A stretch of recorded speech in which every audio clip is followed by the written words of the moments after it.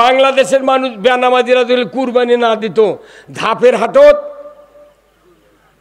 একটা 4 মুনে গরু আমরা হুজুররা 2000 টাকাতে পাইতাম। কুরবানি হয় নাই, আর আমাকে ভেড়া দিতে হাফসে দেয়। জমি আছে, গরু আছে, বাড়ি আছে, পুকুর আছে, তাও করছে কুরবানি দেওয়াই লাগবে। ওই 15 জনে 1 ভাগ কুরবানি দেয়। একটা বাড়ির 15 জন মানুষ, ওই 1 ভাগ লিছে কতক্ষণ। তা আবার কি 7 জনে গরু কুরবানি দিচ্ছে, 4 জন বেনামাজি, 3 জন নামাজি। ওই নামাজি কেন কুরবানি শেষ কতক্ষণ। আল্লাহ তাআলা কোরআনে বলছেন, কুল ইন্না সলাতি ওয়া নুসুকি ওয়া মাহিয়ায়া ওয়া মামাতি লিল্লাহি রাব্বিল আলামিন, আল্লাহু আকবার। যে নামাজ কার জন্য, কুরবানি কার জন্য, বাঁচে থাকা কার জন্য, মৃত্যুবরণ করা কার জন্য। তাহলে কুরবানি আল্লাহর জন্য করবেন, কিন্তু আগে বলছেন কুল ইন্না সলাতি, আগে নামাজ তুমি রবের জন্য করো। বাংলাদেশের মানুষ বেনামাজিরা যদি কুরবানি না দিত, ধাপের হাটত একটা 4 মুনে গরু আমরা হুজুররা 2000 টাকাতে পাইতাম।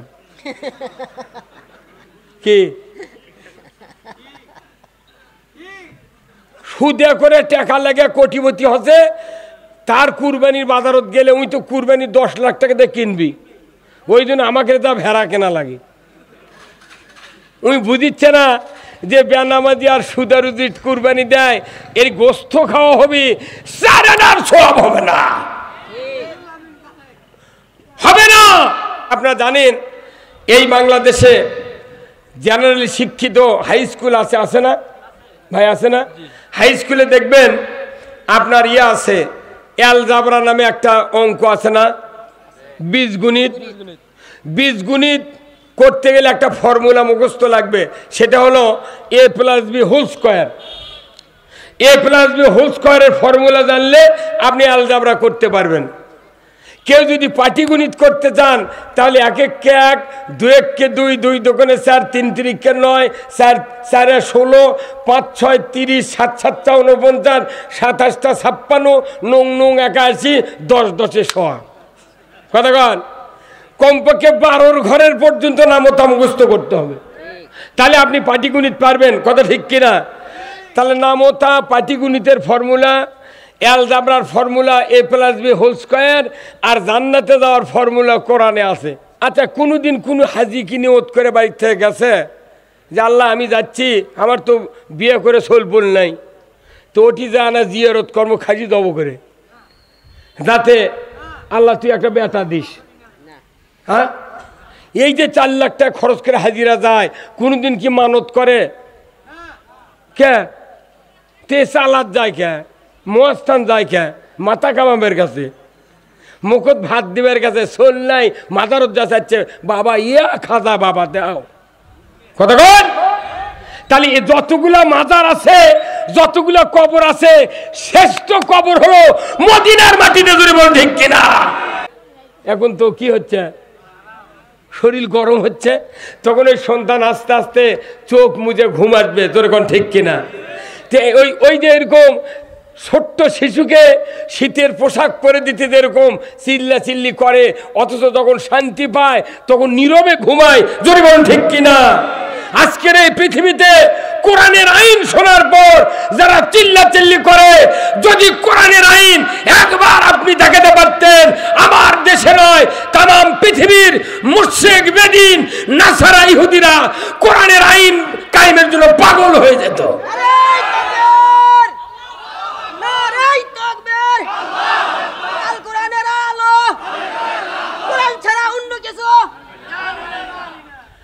আপনি যদি কোরআনের পক্ষে থাকেন, আপনার জীবনের গুনাহ আল্লাহ মাফ করে দেবে।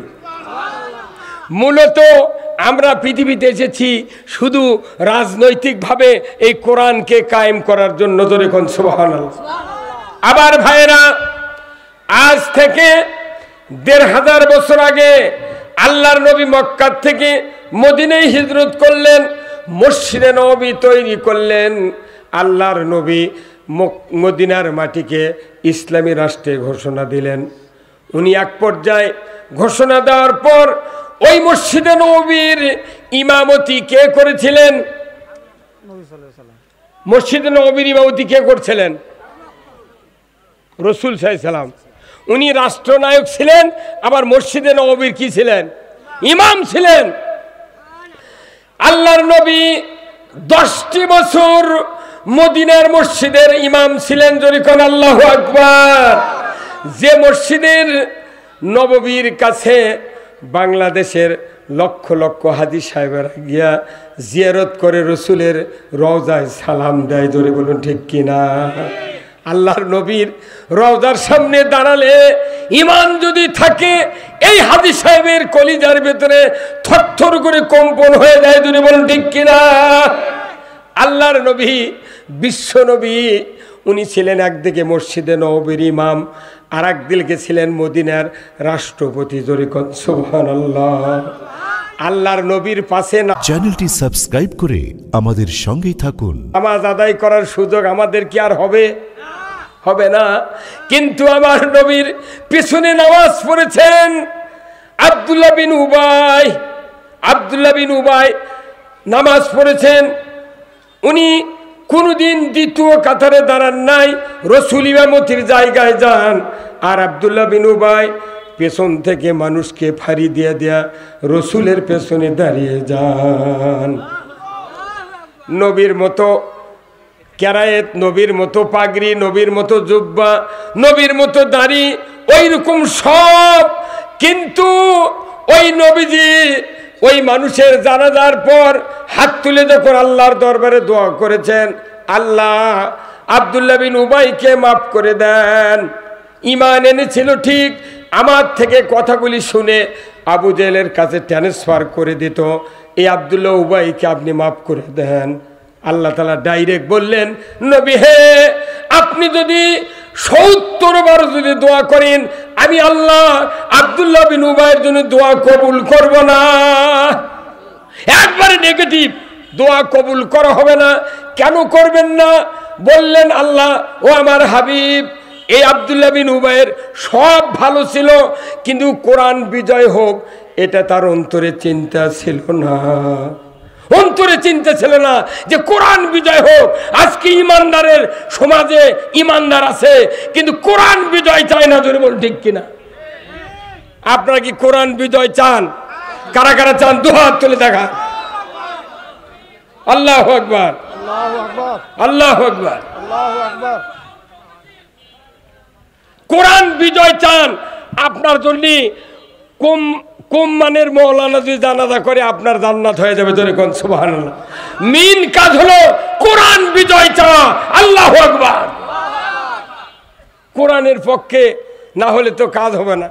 এই জন্যে কোরআন হলো গাইড, এটা জীবন ব্যবস্থা।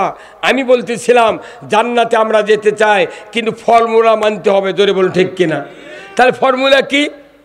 আপনারা জানেন এই বাংলাদেশে জেনারেলি শিক্ষিত হাই স্কুল আছে না ভাই? আছে না? হাই স্কুলে দেখবেন আপনার আছে, অ্যালজাবরা নামে একটা অঙ্ক আছে না, বীজগণিত। বীজগণিত করতে গেলে একটা ফর্মুলা মুখস্থ লাগবে, সেটা হলো a + b whole square. a + b whole স্কয়ারের ফর্মুলা জানলে আপনি অ্যালজাবরা করতে পারবেন। কেউ যদি পাটিগণিত করতে চান, তাহলে 1 × 1, 2 × 2, 2 × 2 = 4, 3 × 3 = 9, 4 × 4 = 16, 5 × 6 = 30, 7 × 7 = 49, 27 × 56, 9 × 9 = 81, 10 × 10 = 100। কতক্ষণ? কমপক্ষে 12 ঘরের পর্যন্ত নামতা মুখস্থ করতে হবে, তাহলে আপনি পাটিগণিত পারবেন। কথা ঠিক কিনা? তাহলে নামতা পাটিগণিতের ফর্মুলা, অ্যালজাবরার formula a + b whole square, আর জান্নাতে যাওয়ার ফর্মুলা কোরআনে আছে। আছে না নাই? এই ফর্মুলা হলো, আল্লাহ বলছেন, হে নবী, আপনি আপনার উম্মতদেরকে বলে দিন, তারা যদি জান্নাতে যেতে চায়, তা আর এর ফর্মুলা হলো যে তারা যদি আমি আল্লাহ আমাকে ভালোবাসতে চায়, তাহলে যেন ফাত্তাবিউনি, আপনার ইত্তেবা, আপনার অনুসরণ করে। আল্লাহু আকবার। আল্লাহ ভালোবাসতে গেলে কার অনুসরণ? আল্লাহ রসুলের। কার? আল্লাহ ভালোবাসতে গেলে রসুলের অনুসরণ। মনে থাকবে? আল্লাহ ভালোবাসতে গেলে কার অনুসরণ? রসুলের অনুসরণ। এরপরে কেউ যদি রসুলের মাধ্যমে আল্লাহকে ভালোবাসেন তাহলে আল্লাহ বলছেন ইহুবিবকুমুল্লাহ, আমিও তোমাদেরকে ভালোবাসবো। আল্লাহু আকবার। কতই না ভাগ্যবতী লোক, কতই না ভাগ্যবান লোক যে ব্যক্তি নবীর মাধ্যমে আল্লাহকে ভালোবাসতে চায়। আমার আল্লাহ জবান দিয়ে বলেছেন আমি আল্লাহও তাকে ভালোবাসবো। আল্লাহ যদি কাউকে ভালোবাসে তার চেয়ে ভাগ্যবান লোক আসমান আর জমিনের ভিতরে কেউ নাই, কেউ নাই। তা আল্লাহর ভালোবাসা পেতে গেলে নবী বাদ দেওয়া হবে না। অন্য কোন নেতার অনুসরণ করে রসুল আল্লাহকে ভালোবাসা যাবে না। আমরা রসুলের মাধ্যমে ভালোবাসবো, কিন্তু কন্ডিশন হলো অনুসরণ। আমার দেশে কিছু কিছু ওলামায়ে কেরামগণ বলে আল্লাহ যদি ভালোবাসতে চাও নবী ভালোবাসো। এটা কোনো কথা নয়। অনুসরণ এক জিনিস, ভালোবাসা এক জিনিস। কথা ঠিক কিনা? অনুসরণ কাক কয়? এই যে আমাকে যেরকম 10টা হুন্ডা নিয়ে দুবুলহাটিত গেছে আনার জন্যে, আমাকে বলিছে যে হুজুর আমরা সামনে যাচ্ছি, আপনি পেছনে পেছনে আসেন। আমার যদি ওই রাস্তার যদি কেউ বলে হুজুর এই দিক তো শিকারপুর না, এই দিক দিয়ে যান, আমি কি যাব? আচ্ছা যদি আমি যাই তাহলে কি কোথায় যাব? শোলগাছি। তাহলে আমরা যাবো শোলগাছি। তে ওই রকম এই পৃথিবীতে আল্লাহ বলছেন তোমরা যদি নবীর অনুসরণের মাধ্যমে আমাকে ভালোবাসো তাহলে আমারও ভালোবাসা তোমরা পাবে। শুধু তাই নয়, আবার আল্লাহ বললেন ভালোবেসেই ক্ষান্ত হব না। আমার যারা এই ভাগ্যবান বান্দা বান্দি হবে নবীর অনুসরণের মাধ্যমে আমাকে ভালোবাসবে, আমিও তাদেরকে ভালোবাসবো। এমন ভাগ্যবান লোক আমি দয়া করে খুশি হয়ে ওই বান্দা বান্দির ইয়াগফিরু লাকুম যুনুবাকুম তামাম জীবনের সমস্ত গুনাহগুলি মাফ করে দেব। সব গুনাহ মাফ। আল্লাহু আকবার। তাহলে গুনাহ মাফ হলে ওই লোকের জায়গা কোথায়? আরো জোরে বলালে কোথায়? আল্লাহর যদি কেউ ভালোবাসা পায় তার জায়গা কোথায়? নবী অনুসরণ করলে তার জায়গা কোথায়? তাহলে দেখেন পুরো কোরআনের ভিতরে একটা ফর্মুলা, আপনি যা করবেন নবীর অনুসরণ ছাড়া কখনোই করা যাবে না। আচ্ছা রসুলের রওজা আছে না? ওখানে মসজিদে নববী আছে না? আচ্ছা কোনোদিন কোনো হাজি কি নিয়ত করে বাড়ির থেকে গেছে যে আল্লাহ আমি যাচ্ছি, আমার তো বিয়ে করে সোলপুল নাই, তো ওটি যা না জিয়ারত কর্ম খাজি দেবো করে, যাতে আল্লাহ তুই একটা বেটা দিস। হ্যাঁ, এই যে 4 লাখ টাকা খরচ করে হাজিরা যায়, কোনোদিন কি মানত করে? কে তে চালাত যায়, কে মহাস্থান যায়, কে মাথা কামাবের কাছে, মুখত ভাত দিবের কাছে, সোল নাই মাথারত যা চাচ্ছে বাবা ইয়া খাজা বাবা দাও। কতক্ষণ? তাহলে যতগুলা মাজার আছে, যতগুলা কবর আছে, শ্রেষ্ঠ কবর হলো মদিনার মাটিতে। যদি বল ঠিক কিনা? সেখানে যদি মানত করা না চলে, সেখানে যদি জিয়ারত করা পোলাঘাটে মহিলা পুরুষরা যদি করা না যায়, এখানে কেমন করে আমার ওখানে কেমন করে হয়? যদি বল ঠিক কিনা? আল্লাহ ছাড়া কাউকে কিছু চাওয়ার কোনো অধিকার নাই। কি বেজার হলেন? তাহলে আপনি নবীর অনুসরণ করলে আপনি জান্নাতে যাবেন। কার কথা? তাহলে এখন অনুসরণ কি কি করা লাগবে একটু যাই, যাব না? তাহলে শুনুন, আজ থেকে 1500 বছর আগে নয়, 6500 বছর আগে এই পৃথিবীর জমিনে আপনার আমার মুসলমান জাতির একজন পিতা এসেছিলেন। তার নামটা কি বলুন তো? হযরত ইব্রাহিম আলাইহিস সালাম। আল্লাহর নবী ইব্রাহিম আলাইহিস সালাম, আল্লাহ নিজে বলেছেন মিল্লাতা আবিকুম ইব্রাহিম হুয়া সাম্মাকুমুল মুসলিমিন। যে মুসলমান জাতির পিতা ইব্রাহিম আলাইহিস সালাম ধরে কোন আল্লাহু আকবার। কত হাজার বছর আগে? 6,500 বছর আগে উনি যখন ইসমাইল আলাইহিস সালামকে আর হাজেরাকে যখন মরুবাস দিলেন, এই মক্কার ওই মরুভূমির ভেতরে রেখে আসলেন, জনহীন মানবহীন এলাকা, কোনো গাছ নাই, পানি নাই, কিচ্ছু নাই, এক মশক পানি 9টা বা 7টা খুরমা দিয়া হাজেরা ওখানে রাখিবার যাচ্ছেন, চলে যাচ্ছেন। 86 বছরের বেটা, 86 বছর বয়সের বেটা, আহা, বুড়া বয়সে একটা বেটা চল হচ্ছে, তাকে নিয়ে যাচ্ছে মরু বাস দিবার, বাড়িতে রাখা যাবে না, কার হুকুম? হা হা হা। আর আমাকে রে বেটার চল হলে দাদা লিয়া ময়না টুটুল, বেটার বউ যদি আমার নাতিক মারে আমি রাগ করি, এই খবরদার আমার নাতির গায়ে হাত দিও না। আর 86 বছরের বৃদ্ধ মানুষের একটা সন্তান হসে ডাইরেক্ট মরু প্রান্তরে নিয়ে যাচ্ছে তাকে মরুবাস দেওয়ার জন্য। এটা কি কমতা জ্বালাতন? আহা হা। আমার ভাইরা, হযরত ইব্রাহিম আলাইহিস সালাম সন্তানকে রেখে চলে আসলেন। বেশ কিছুদিন পর, প্রায় বয়স যখন 9 বছর হয়ে গেল, আমার আল্লাহ বললেন, ও ইব্রাহিম, তোমার সবচেয়ে প্রিয় বস্তু যেটা আছে সেটা আমার রাস্তায় কুরবানি করো। প্রিয় বস্তু আমার রাহে কুরবানি করো। আল্লাহু আকবার। আহা হা। আল্লাহর নবী ইব্রাহিম আলাইহিস সালাম প্রথম দিন স্বপ্নে দেখার পর 100টি উট কুরবানি করলেন, দ্বিতীয় দিন 100টি করলেন, তৃতীয় দিন 100টি করলেন, মোট মিলে কত? 300 উট জবে করার পর আল্লাহ তাআলা ডাইরেক্ট বললেন, ইব্রাহিম কুরবানি হয় নাই, কুরবানি হয় নাই।